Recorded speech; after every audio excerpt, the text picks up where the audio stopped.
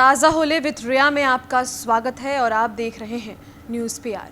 आज हम आपको एक स्टार्टअप की कहानी सुनाएंगे, एक बेहतरीन स्टार्टअप की कहानी, और शायद वो स्टार्टअप आपके शहर में भी है। हम सुनील वशिष्ठ की कहानी सुना रहे हैं, जो कि दिल्ली के रहने वाले हैं और बेहद ही गरीब परिवार से ताल्लुक़ रखते थे। इसी वजह से उनके पिता ने 10वीं में ही उनकी पढ़ाई छुड़वा दी। ये आगे पढ़ना चाहते थे, लेकिन उनके पिता की इतनी हैसियत नहीं थी और इसी कारण उन्होंने कहा कि अब 10वीं के बाद से जो भी खर्च है वो तुम्हें खुद ही उठाना होगा।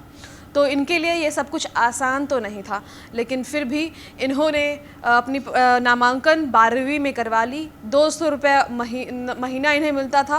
ये कहीं कहीं काम किया करते थे और उसके बाद वो दूध की दुकान में काम किया करते थे। फिर ये इन्होंने पिज़्ज़ा बॉय के लिए ट्राई किया कि अगर ये पिज़्ज़ा डिलीवरी कर सके या फिर दुकान में ही पिज़्ज़ा बॉय के नाम पर काम कर सके, लेकिन ये आसान नहीं था। इसमें भी ये 2 बार रिजेक्ट हुए, इनसे हो नहीं पा रहा था क्योंकि इनकी अंग्रेज़ी अच्छी नहीं थी। लेकिन फिर भी इन्होंने मेहनत की, 2 बार के बाद तीसरी बार में इनका सिलेक्शन हो गया। बहुत अच्छा काम किया, इसलिए इन्हें मैनेजर बना दिया गया। और इसके बाद मैनेजर बनने के बाद जो भी चीज़ें थी इन्होंने बहुत ही बेहतरीन तरीके से निभाई, लेकिन बीच में इनकी माँ की तबीयत ख़राब हो गई, जिसके बाद ये छुट्टी पे गए। वापस आए तो इनके बॉस इस पे बहुत गुस्सा हुए। मजबूरन इन्हें फिर इनसे इस्तीफ़ा दिलवा दिया गया। तभी इन्होंने डिसाइड कर लिया कि अब अपना कुछ करेंगे, क्योंकि किसी कंपनी में काम करो तो वहाँ इज्जत नहीं होती, कितना भी दे दो। अंतिम में बॉस जो है अपनी कंपनी के बारे में ही सोचता है और सामने वाले के बारे में नहीं, एम्प्लॉय के बारे में नहीं।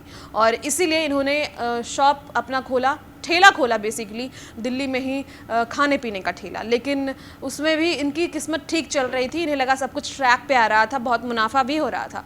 लेकिन अगल बगल के दुकान वालों ने इनका कंप्लेन कर दिया, जिसकी वजह से इनके ठेले को हटा दिया गया। फिर इन्होंने सोचा कि इस बार कुछ अच्छे से कम बैक करूँगी। इसके लिए रिसर्च करना इन्होंने शुरू किया, थोड़ी बहुत जानकारी प्राप्त की। तब इनके कुछ करीबी लोगों ने इन्हें कहा कि इस वक्त केक का बहुत चलन है, चूँकि वो बहुत पुरानी बात है, 2007-8 की बात है। तो उस वक्त केक का चलन था, शुरू में नए केक्स आ रहे थे, तो केक के शॉप में आपको बहुत मुनाफा होगा, ये सोचा। उसके बाद दोस्त रिश्तेदारों से पैसे उधार लेकर इन्होंने फ्लाइंग केक्स नामक अपना एक वेंचर खोला। फ्लाइंग केक्स और बहुत सारे केक बनाने शुरू किए। शुरू में 1 से 2 साल तक बिना मुनाफे का इन्होंने काम किया, कोई मुनाफा नहीं था, लेकिन ठीक है, इन्होंने कंसिस्टेंटली बरकरार रखा उसे और सोचा कि आज नहीं तो कल कुछ तो कुछ मुनाफा ज़रूर होगा।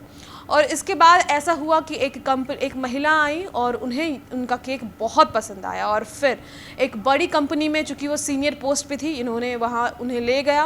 उसके बाद सारे स्टाफ के जितने भी बर्थडेज होते थे, जितने भी केक्स होते थे या फिर जो भी इवेंट होते थे, केक वेक चाहिए होता था, तो सब इनके ही शॉप से शुरू हुआ। सुनील वशिष्ठ के लिए ये टर्निंग पॉइंट था और सिर्फ उस कंपनी के वजह से इन्हें बिजनेस में भी बहुत सहारा मिला। आगे बढ़ते गए और इन्होंने आज 10 शहरों में अपना आउटलेट खोल रखा है। बहुत सारे फ्लेवर्स के केक हैं, अलग अलग टाइप के केक हैं। एक बेहतरीन स्टार्टअप शुरू कर चुके हैं, बहुत मुनाफा भी होता है।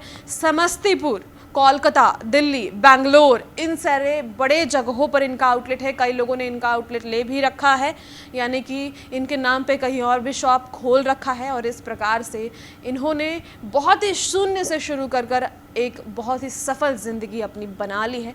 तो कहते हैं कंसिस्टेंसी भी बहुत ज़रूरी होती है, मेहनत भी बहुत ज़रूरी होती है, और एक आइडिया जो आपकी ज़िंदगी बदल देती है, वो भी कैसा आइडिया है वो भी बहुत डिपेंड करता है। आज की इस कहानी में इतना ही, और भी खबरों के लिए बने रहे न्यूज़ पीआर के साथ आज दिन भर।